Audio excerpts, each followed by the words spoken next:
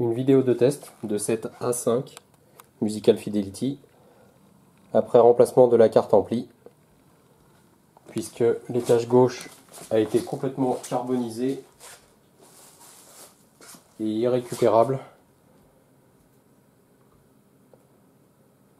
Donc vous voyez ici une grande partie des composants brûlés. Donc je vais demander au client à la réinstallation d'être assez vigilant sur ces câblages d'enceinte, de commencer bien sûr par un niveau d'écoute très bas afin de déceler éventuellement un problème de câblage ou un problème d'enceinte. Il faut impérativement éviter de redétruire cet appareil. Donc vous voyez qu'il quitte la protection. Je l'ai déjà paramétré sur l'entrée CD. Pour l'instant, j'injecte un signal avec un niveau très faible, ce qui va me permettre de contrôler la course du potentiomètre de volume. Donc je le fais ici avant de filmer mon oscillo. Donc de la butée minimale à la butée maximale. Et je vais vous montrer maintenant ce que ça donne à l'oscilloscope. Sachant que le canal gauche est représenté par la trace en position supérieure, le canal droit représenté par la trace en position inférieure. Donc vous voyez que le contrôle de volume est absolument parfait pour les deux voix. L'ampli est parfaitement symétrique.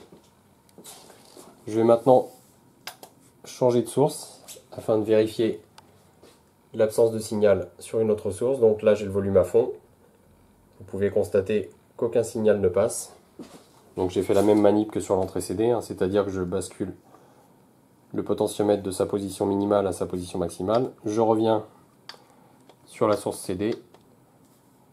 Manifestement, j'ai la touche CD qui est un petit peu encrassée. Hop. Donc je récupère le signal sur l'entrée CD. Et je vais maintenant vérifier les performances de cet appareil. Pour cela, je décale mes traces, car c'est un ampli très puissant. Je vais régler un niveau d'entrée de 300 mV RMS, ce qui devrait être largement suffisant pour atteindre la puissance maxi. Voilà, donc je vais vous montrer que les deux canaux atteignent leur puissance maximale. Vous le voyez ici, avec le canal gauche légèrement décalé en haut, le canal droit légèrement décalé en bas. On voit clairement que les deux canaux sont présents sans aucune distorsion et que la puissance maximale est tenue sur les deux voies. Donc c'est parfait. J'ai bien entendu réglé les courants de repos sur les deux étages de puissance.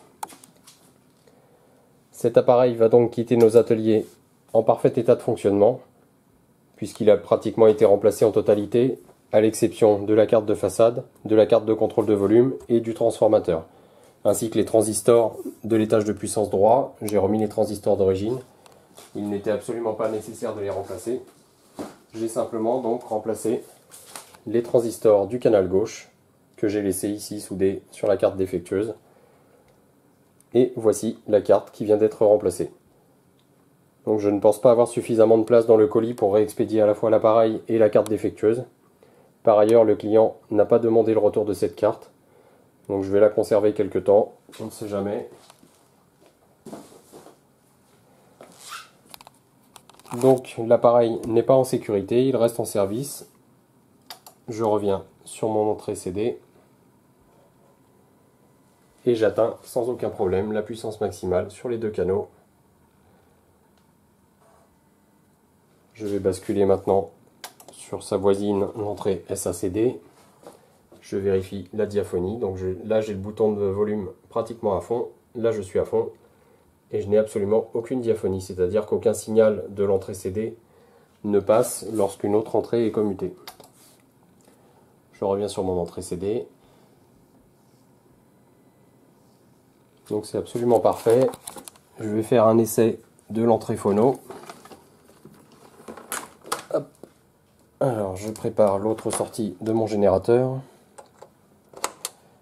Alors les fiches d'entrée, vous pourrez le constater, sont très dures, c'est des fiches neuves. Je vais vérifier le réglage et le niveau, donc c'est très bien, 10 millivolts ça devrait aller. Je vais peut-être écrêter un peu l'entrée, mais c'est pas catastrophique, donc je mets l'entrée phono, pardon. Et voilà le signal de l'entrée phono. Je vais revenir maintenant à un niveau d'écoute tout à fait normal. Voilà, les deux canaux sont présents sur l'entrée phono, sans aucune distorsion. Bien sûr, si j'injecte du signal carré, là c'est une autre histoire, puisqu'il y a la courbe RIAA. Donc voilà la tête du signal carré, avec cette courbe RIAA sur l'entrée phono. Je vais faire la même chose sur l'entrée CD. Donc je change d'entrée, je demande un signal carré. Et là, bien sûr, sur l'entrée CD, on a un signal parfaitement carré. Donc cet appareil quitte nos ateliers en parfait état de fonctionnement, si ce n'est que j'ai constaté une petite fatigue des touches du clavier. Donc bien sûr, c'est quelque chose qui pourrait se corriger, mais ça oblige encore à faire un nouveau chiffrage et proposer le remplacement de cette carte. Puisque, d'après moi, Musical Fidelity ne référence pas les switches seuls. Bon, je pourrais éventuellement essayer de trouver les switches chez un autre fournisseur. Voilà, ils répondent tous, hein. Ils sont un petit peu feignants, ils sont un petit peu usagés, c'est tout à fait normal. Mais une fois sélectionné, on a un parfait fonctionnement des deux étages amplis. Le contrôle de volume est tout à fait correct pour les deux canaux, de façon tout à fait symétrique. Et la réponse de la lime est absolument parfaite. On a un signal très carré, avec des fronts montants et descendants très raides. Donc c'est signe d'une alimentation en parfaite santé. Ça ne pourrait pas être autrement, puisque les condensateurs de filtrage sont livrés ici. Comme vous le voyez sur l'ancienne carte, les condos sont livrés sur la carte neuve. Voilà, je vais clôturer ma fiche de SAV. Je vais laisser cet appareil en chauffe pendant ce laps de temps. Mais il n'y a aucune raison d'avoir une anomalie, puisque, comme je vous le redis, la carte est parfaitement neuve, commandée directement chez Musical Fidelity. Je vous remontre le numéro de série de l'appareil, actuellement donc raccordé sur son entrée CD à l'une des sorties de mon générateur, l'entrée phono sur une autre sortie de mon générateur, et deux charges de puissance de 8 ohms sur les terminaux de haut-parleurs. Voilà, l'appareil est toujours en charge. Vous voyez ici la graduation du volume à peu près un tiers de sa position maximale. Voilà, là c'est plus proche de un tiers. Et on a vraiment une réponse absolument parfaite sur les deux voies. Je vais revenir à un signal sinusoïdal. C'est absolument parfait. Il n'y a pas de montée en température anormale. Donc bien sûr, il faut que les dissipateurs se stabilisent. C'est assez long sur cet appareil, au vu de la taille des morceaux d'aluminium qui sont sur les côtés. La température de fonctionnement est la même pour les deux canaux.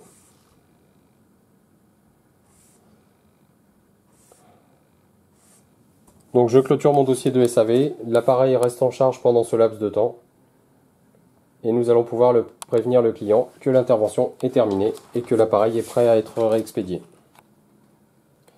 Il a sa boîte d'origine, il me semble. Oui, c'est vrai, il a sa boîte d'origine. Donc c'est absolument parfait pour un appareil de cette catégorie, puisque c'est relativement lourd, le transfo est assez lourd. Et puis il serait très difficile de retrouver une nouvelle façade. Donc ici elle n'est pas abîmée, mais j'ai eu quelques fois des A1008 surtout. Je me souviens d'un A1008, donc l'élément très semblable à ce A5, mais en deux éléments, le bloc transfo est déporté. Et ce malheureux A1008 avait été accidenté sur le côté ici, avec des dégâts forcément très importants, et je n'ai pas pu procéder à la remise en état. Nous avons facturé au client un transport UPS. Cet appareil va donc être réexpédié par UPS. C'est ce que nous jugeons le plus sérieux. Et c'est les gens avec qui nous avons le moins de litiges de transport. Donc en SACD, je n'ai pas de signal. Et phono. J'ai laissé un signal carré. Donc voici la courbe RIAA sur les deux canaux. Et je reviens sur mon entrée CD en laissant à 1/3 de volume. Donc c'est absolument parfait. Je clôture mon dossier et nous préparons la réexpédition de ce A5 réparé. Malheureusement, comme je vous l'ai indiqué, je ne pense pas pouvoir loger la carte défectueuse dans le colis. On risquerait de créer des dommages sur l'appareil. Mais voici donc le canal gauche totalement carbonisé. Allez, j'arrête ici cette vidéo. Je vous remontre la face arrière une dernière fois.